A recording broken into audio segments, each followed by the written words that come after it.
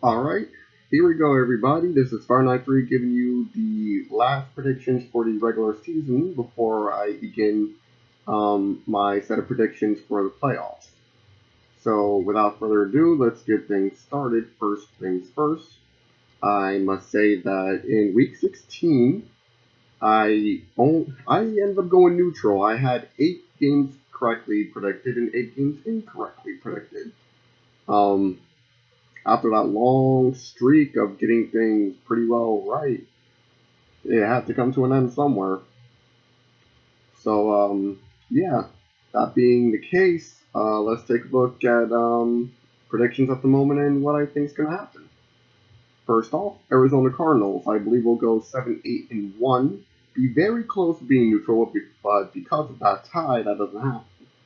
Um, they showed themselves pretty well actually up against the Seahawks offensively, and defensively they were able to stop them, which was pretty surprising. But then again, I think I have a reason for it. Anyway, so that being the case, since the Rams are currently not at 100% par due to just the fact that they're not in good shape at all. I mean, heck, they lost to San Francisco for the second time this season. So I don't see the Rams getting another win, and because of that, I believe the Cardinals will get one more win, make them just that little bit more of a better team. But in the end, of course, not enough to make the playoffs. Now, next up is the Baltimore Ravens, and any team that just happens to be part of the AFC that is not already in the playoffs because those 6 teams have already been determined. Um, they're just going to have whatever record they have, and that's going to be it. But what records they will have in the end of the season is what's left to be determined. I believe the Ravens will go 9-7 and be able to beat the Bengals because they are showing that their offense is in good shape, not 100% good shape, but still good nonetheless. Their defense is actually good because they were able to hold off Pittsburgh pretty well, which I kind of thought was going to happen. To be perfectly honest, I didn't predict them to beat Pittsburgh, but I did predict their defense to actually show up that time. And their special teams was actually very impressive, I should say. So that being the case, I think they're going to have a lot of advantages over Cincinnati, plus a few other reasons why, which I'll get to when I get to Cincinnati. But yeah, Baltimore Ravens, I believe, will go 9-7. Buffalo Bills, I believe, will go 9-7 because they're going up against the Jets. I don't even have to say what good things Buffalo has going for it at the current moment. It's the Jets they're going up against. Even if they do start EJ Manuel, there's nothing to really be, worried about. The Jets' defense is in bad shape. Their offense is horrible. Special teams can't really say much for them. Buffalo Bills have every advantage in this game, especially with LaShawn McCoy, and hopefully with Reggie Bush, so that way he doesn't end the season with a negative score. Just let the guy run the ball. I mean, you guys are out the playoffs. McCoy is a great runner. You're going up against an easy opponent. Just let Bush run a little bit with the ball, so that way he doesn't end the year that bad. Thank you. Anyhow, moving on. Next up, Carolina Panthers. I must say, they've shown a tad bit of improvement. Not enough improvement, but a tad bit. So I believe they're going to end the year with a 7-9 record. They're going to be able to beat Tampa Bay because Tampa's run game was actually the biggest reason why they got a lot of their wins. But in all honesty, unless their defense really shows up against Carolina, Carolina has an offensive strike that still seems to be able to hit pretty well, even with the lack of a good run game. So yeah, I think Carolina's going to be able to beat them, but it's definitely not going to be enough for a positive record or to go to the playoffs. Next up, Chicago Bears, I believe, will go 3-13. It's a team that's been riddled with injuries and suspensions just about ever since the season began. So this team has just been terribly played. And I'm going to be perfectly honest, they need to keep John Fox as their head coach because despite the fact that they've had their multiple injuries and suspensions that have screwed them up, with everyone he's gotten, he's kept the Bears in a lot of their games. He helped them win the three that they have, and every other game that they've lost, they've been tight games. the Bears don't go away easy, despite the fact that they're using a lot of backups and whatnot. So John Fox needs to stay there because he's a good strategist with that team. The team just needs to be a little bit more um, resilient and more durable. Next up, Cincinnati Bengals. I believe will go 5-10-1. Now, why do I believe them to lose to the Baltimore Ravens? Well, simply put, they're not with AJ Green. They're not going to start him, and actually, it's going to be a better idea if they don't because there's no reason to potentially injure your wide receiver and not have him make it another season. Um, and they don't have Tyler Eifert. Their offensive strength is going to be weak. Their defense, I think, is still going to be up to par, but it's not going to be enough to go over Baltimore because after all, the Bengals lost to Houston, whereas the Ravens lost a super close game to the Steelers. So who looks like a more prepared team? That's why I believe Cincinnati is going to have such a losing record this season. But that should push them a little better in the draft, though. Next up, anyone saw this coming? 1-15 for the Browns. They actually beat the Chargers. And the only reason why is because the Chargers are the most creative team when it comes to losing. So, yeah, because of that, even if Pittsburgh, in fact, rest a lot of their starters, Big Ben, Antonio Brown, Le'Veon Bell, they're going to be resting a lot of them. I know that for a fact. But it's still not going to be enough for Cleveland to get a win. It's still Cleveland. So, the Chargers gave them a Christmas present. They won't go 0-16, thank goodness. And because of everything, it looks like they're actually going to have the chance to be number one in the draft seed. So that way, they'll potentially be able to get a lot of good players. And Cleveland, take a good look at Alabama. You have a lot of good potential there. Just saying. Anyhow, next up, Denver Broncos. I believe will go neutral with an 8-8 record. I believe they're going to lose to Oakland even with Matt McGloin at the helm. Simply put, Denver's offense is still struggling because Simeon is still developing as a quarterback. And also, their run game needs a bit of help. Their receivers need a little bit of help running routes better, or at least getting open. And their defense has suffered so many injuries, especially to the hands of Kansas City. I don't think they're going to be truly prepared to make it through this fight. So that being the case, I believe Denver will go 8-8 at the end of the season. Next up, we have the Indianapolis Colts, who I believe will go 8-8. It's been a very weird season for this team. They've had wins and losses to the point where I think they're going to go neutral. They're going to be able to beat Jacksonville, despite the fact that Jacksonville actually showed up against Tennessee last time, which I found very surprising. I don't know what the interim head coach did with that team, but wow. But still, I don't think it's going to be enough for the Jags to beat the Colts. The Colts still have something good offensively, not good enough, but something good. Their defense is, of course, in desperate need of help. But other than that, I think the Colts are going to be able to beat the Jags. Speaking of the Jaguars, I believe they're going to go 3-13. Again, I was super shocked at what the interim head coach did with the team up against Tennessee. If they can do anything similar like that to Indianapolis, then he may have a potential job as maybe an offensive coordinator from that point. Sorry, I don't know the name of the interim coach at the moment, but he needs to stay with that team because that was surprising. And if they manage to get Tom Coughlin, that will definitely be a big surprise, but only time will tell there. But in the end, Jags are definitely going to be looking towards the draft for a few things, potentially for a better quarterback. Like I said many times before, keep Blake Bortles just not as a quarterback. And after that receiving touchdown, maybe a tight end or something. Who knows? Anyhow, next up, Los Angeles Rams. I believe will go 4-12. The team is not looking that strong at all. Offensively, defensively, special teams, everything is suffering. They need a lot of help. Jeff Fisher was something they had to get rid of a long time ago, and it took them too long to do so. But even then, I don't think they would have been a strong enough team to make the playoffs. So in that case, I gotta say the Rams are not going to do good. So let's see here. Next up, we have the Minnesota Vikings, who I believe will go 8-8. They should be able to beat the Bears due to all of the holes that team is currently experiencing. It's just screwing them up and up and up. So that being said, they should be able to beat Chicago. Their team is not suffering too much. If Adrian Peterson doesn't stay in the NFL after this season, it'll only be appropriate that he at least retires a Viking.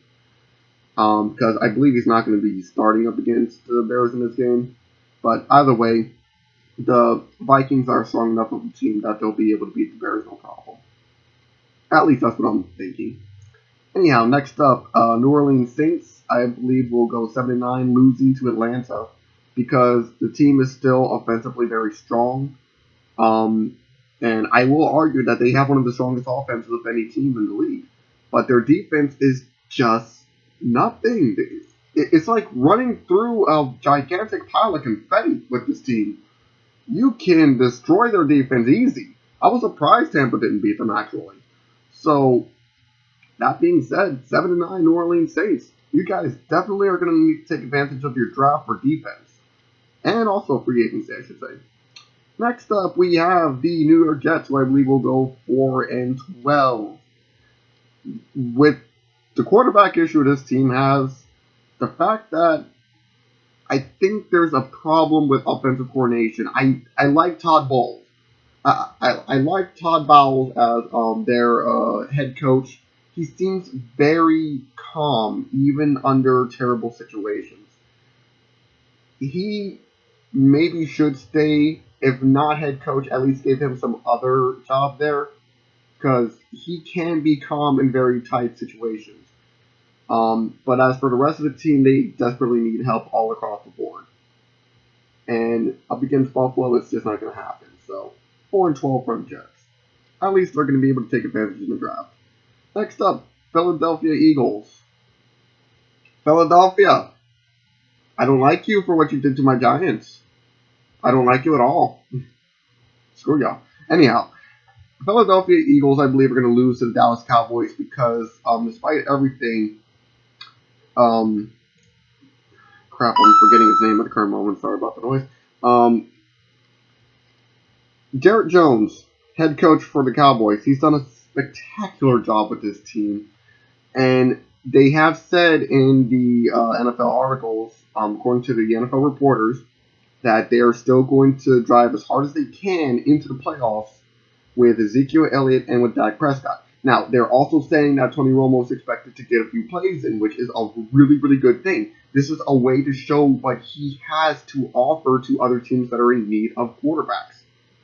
At the end of the season, before the playoffs start up, I will actually mention which teams I think Tony Romo might be a good fit for. Anyhow, all that being said, I will say that the Cowboys, because they're going to die hard basically before they head into the playoffs, it's not die hard, it's live hard, I should say, actually. Yeah, I don't see Philadelphia being able to beat them. They're going to end with a 6-10 record, and it will be the only thing I can think of at the current moment to really stick it to them after what they did to us. Anyhow. Next up, we have the San Diego Chargers, who I believe will go 5-11. This is a team that found creative ways to lose. It is just terrible. I don't know. I don't understand what happened with this team. It's so weird. They just, as far as I'm concerned with the Chargers, this is what they need to do. Everybody with a head position. When it comes to the head coach, offensive coordinator, defensive coordinator, and special teams coach, get them on fire. Because this is a spectacular team that is just being run the wrong way. I don't understand it. So, that being the case, I don't see them beating Kansas City. Kansas City is way too powerful. And they don't have Melvin Gordon. That also hurts. So, that being the case, 5-11 for the Chargers. And also the fact that they might be moving to Los Angeles in the near future, potentially next season, that's also concerning for them. So, yeah. Next up, The San Francisco 49ers, I see only 2-14. The only team, literally the only team that they were able to beat all season were the Rams, and I don't think they're going to be able to beat the Seahawks simply because this team is just formulatically terrible when it comes to the head coach, Chip Kelly, and with the rest of the team, and the fact that they have quite a few injuries, including Carlos Hyde, which was a big problem for them. They needed him, and him being injured doesn't help them whatsoever. 2-14 for the 49ers. I was surprised that they beat the Rams at all, but in the end, they're going to need a lot of help in the draft and in free agency to make them a competitive team again. And also get rid of Chip Kelly. He definitely didn't know what he was doing with that team. Up next, Tampa Bay Buccaneers. I see only 8-8 in their future.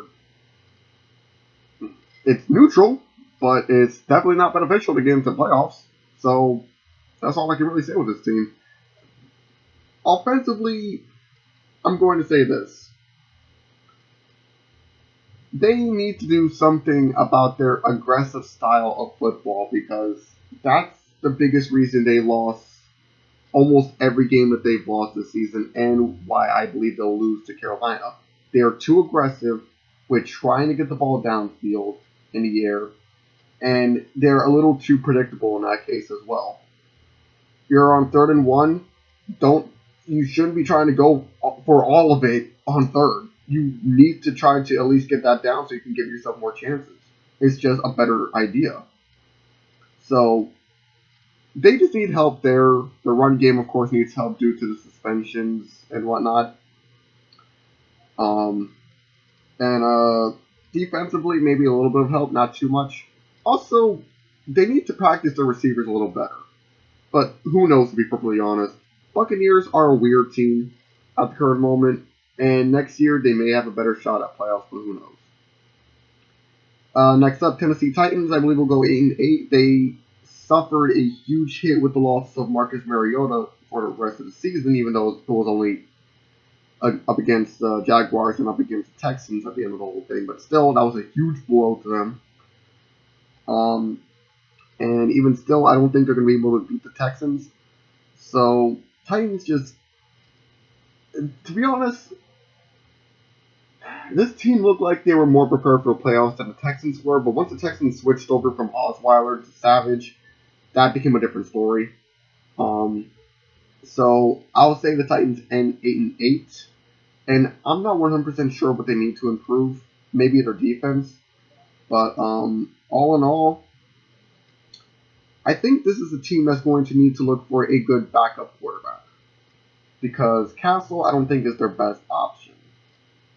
Anyhow, finally, last team that we're looking at before we go to the playoff teams that I predict are the Washington Redskins, who I believe will go 8-7-1. Technically a positive record, but is not going to be enough to push them into the playoffs. The only way they can make it into the playoffs, according to playoff scenarios, is A, if they beat the Giants, and B, if the Packers and the Lions don't end in a tie, which I doubt is going to happen. Those two teams are going to go at it. So, that being the case, unless the Redskins manage to beat the Giants, which is probably not going to happen due to the fact that they've been kind of losing their stride. Yeah, they beat the Bears, but then again, the Bears are riddled with injuries. The week before that, they lost to Carolina. So, I can't say that I see them beating the Giants since we're a little bit more formulatic, and plus we got Janoris Jenkins back, so our defense is going to be back up to par. So, I don't know. It'll be very surprising if they beat us. And if they do, then it's going to suck to see them in the playoffs with us. But it'll also prove that our division is tough as out there. But I doubt that they're going to be able to do it. Because Kirk Cousins has been struggling. They're not going to have Reed. That's just what I see.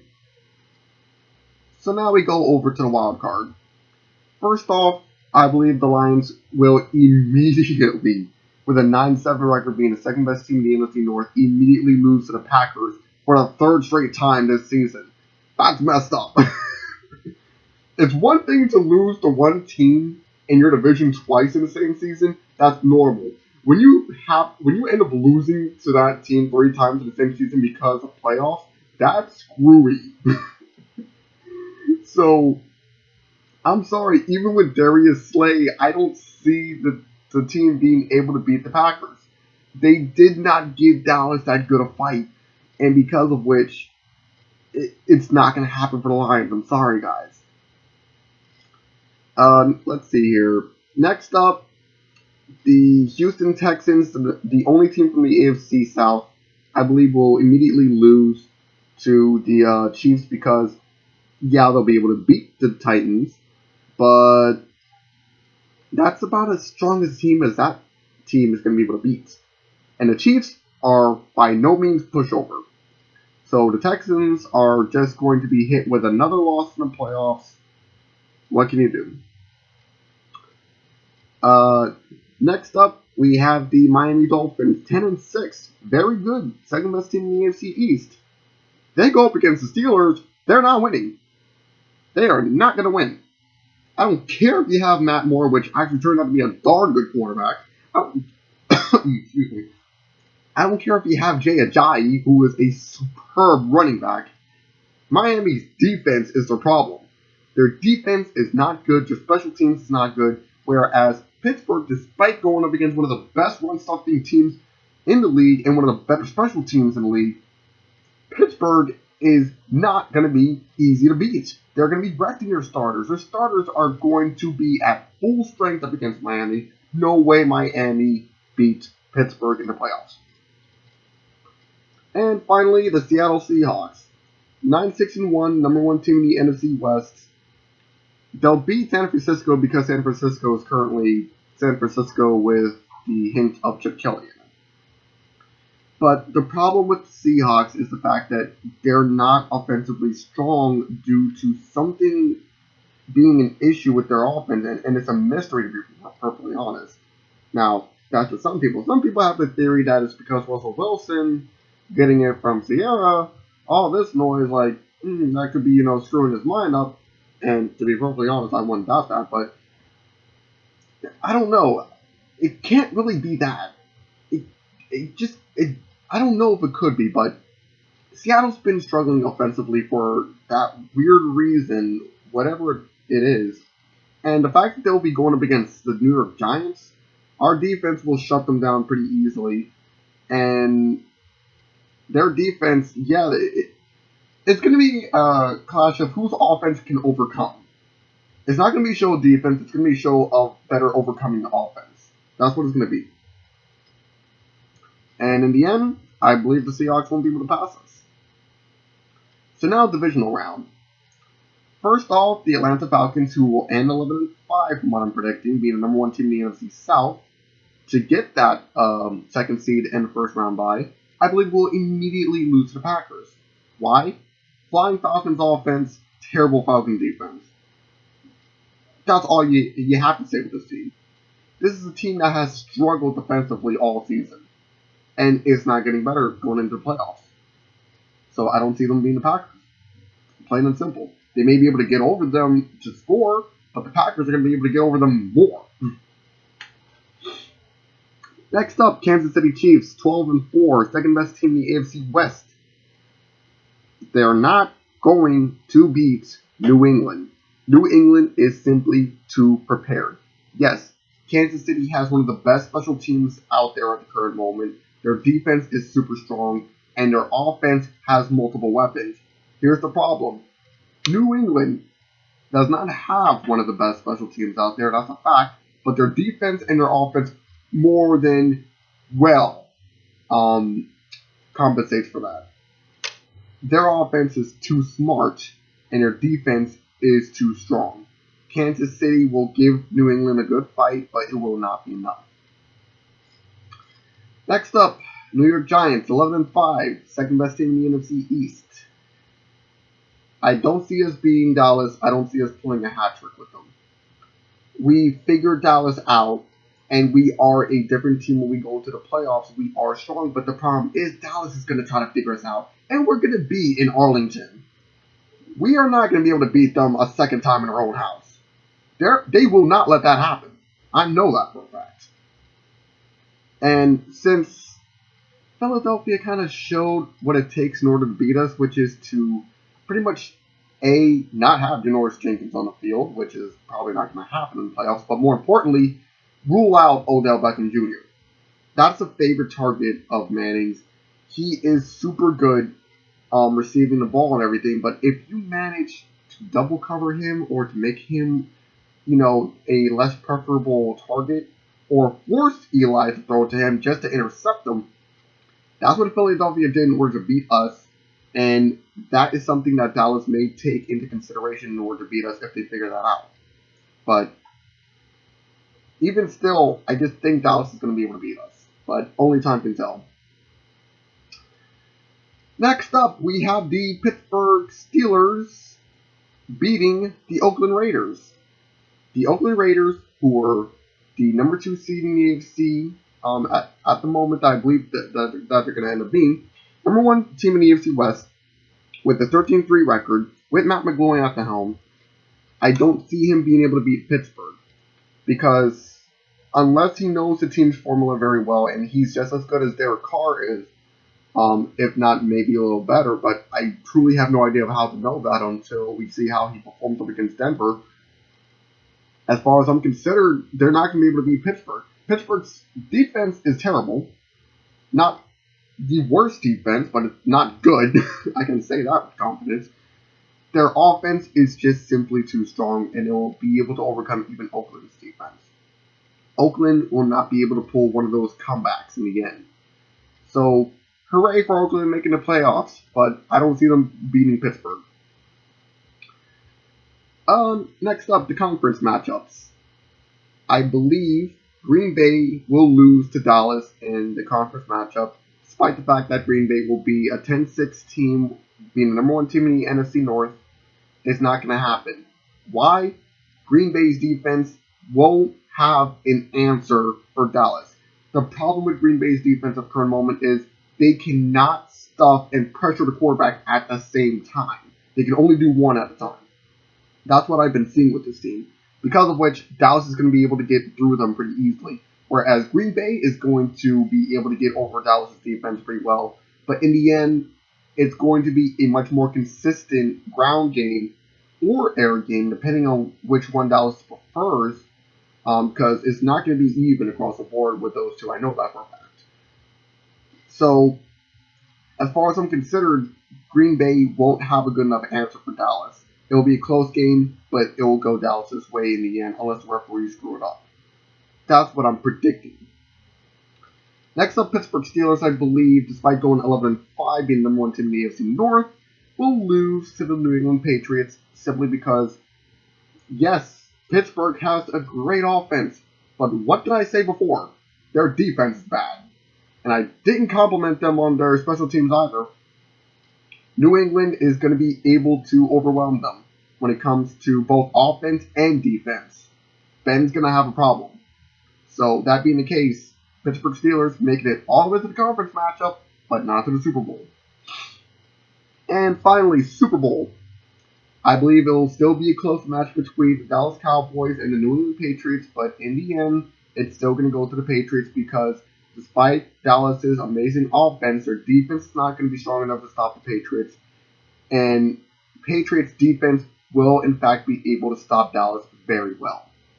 Brady and Belichick are smart. Don't know how to figure this one out. So, those are my predictions for the final week of regular season. And I will let you know what my results in the end were. I'm going to have 3 ties, which is kind of weird. Unless I get a 4th tie somehow this week. Anyhow, I'll let you guys know. And in the end, yeah, I'll let you guys know draft ideas that I have for teams before I start talking about the playoffs. In the meantime, this is the Week 17 predictions. Fireknight 3 signing out.